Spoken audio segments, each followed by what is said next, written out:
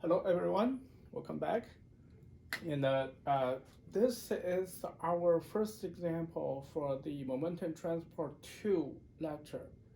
And the solution to this also, you can find it in the Momentum Transport 2 handout.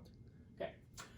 So this example is, we have a similar setup comparing to the example we did for the Newtonian case. Right? This example is for a power law, pipe flow.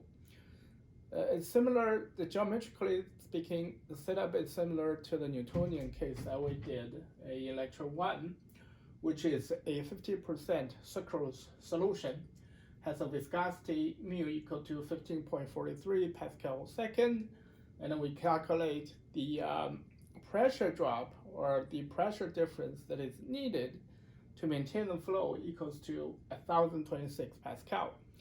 I should say that in the lecture that I posted online, the lecture video, the result in the lecture video was actually incorrect because I missed a 8 times term, so it was too small.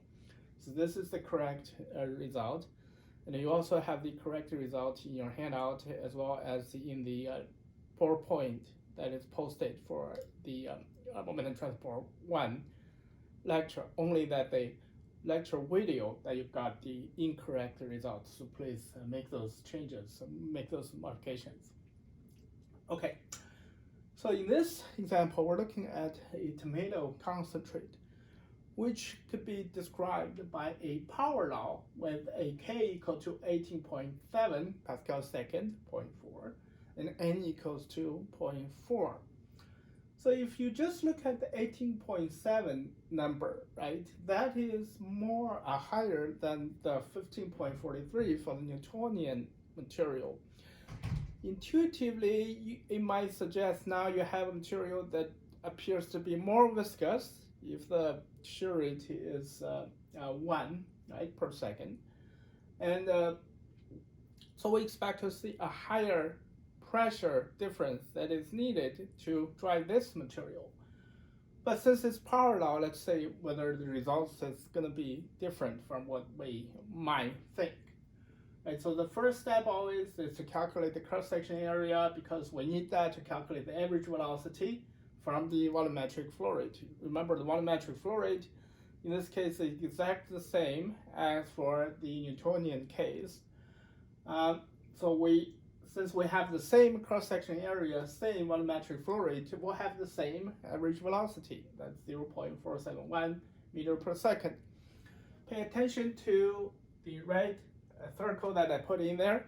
So every time when we do a flow problem, we wanted to use the SI unit because those are the units that we need when we calculate our Reynolds number, because that will help us maintain consistency in terms of the units so that they will cancel each other out properly.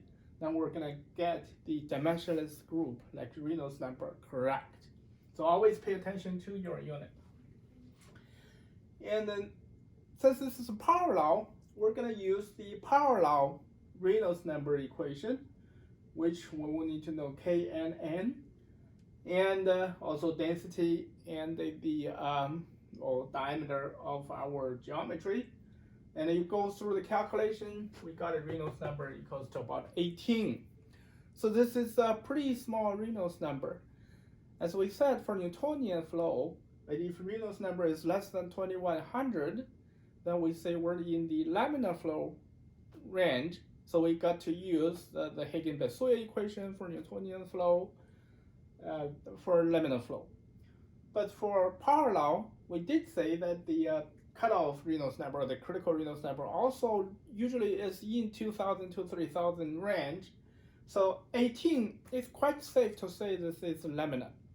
But just to be on the safe side, we're going to calculate the critical Reynolds number. This is the equation to use, and our result is 2396. So it's a little higher than the 2100 number for Newtonian, but certainly our 18 is way less than the 2400 number here. So we are safe to say that we're definitely in laminar flow range. As a matter of fact, if your Reynolds number come up such a small number, less than 100, it's pretty safe to say that you're in the the laminar flow range. You don't have to do the critical Reynolds number calculation, but always do this to make sure that you stay within range. And if this number is like 2100, then you definitely need to do this, because then it changes depending on the material, right? Because it's not always the same as for Newtonian, it's always at 2100. So for laminar flow, here is a correlation between average velocity and the pressure drop, right? And since we know our average velocity, we can reverse this equation. We can calculate delta P based on this equation as well, and our result is 357 Pascal.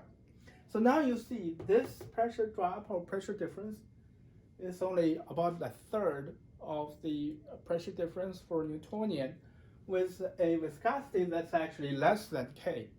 This shows us that the power law, or the shear thinning effect, because when the material is being sheared on, the viscosity is not necessarily always high, because when your shear rate goes up, your viscosity goes down pretty significantly, and which is why we don't need as high a pressure difference to maintain the flow. Instead, we have a pressure difference that is 357. So about, about one third of the pressure drop for Newtonian liquid. So this is our example one. Did you get it right in your own calculation? As I said, always try to solve these problems on your own first, and then come back and look at the solutions and to see if you have missed something. Good.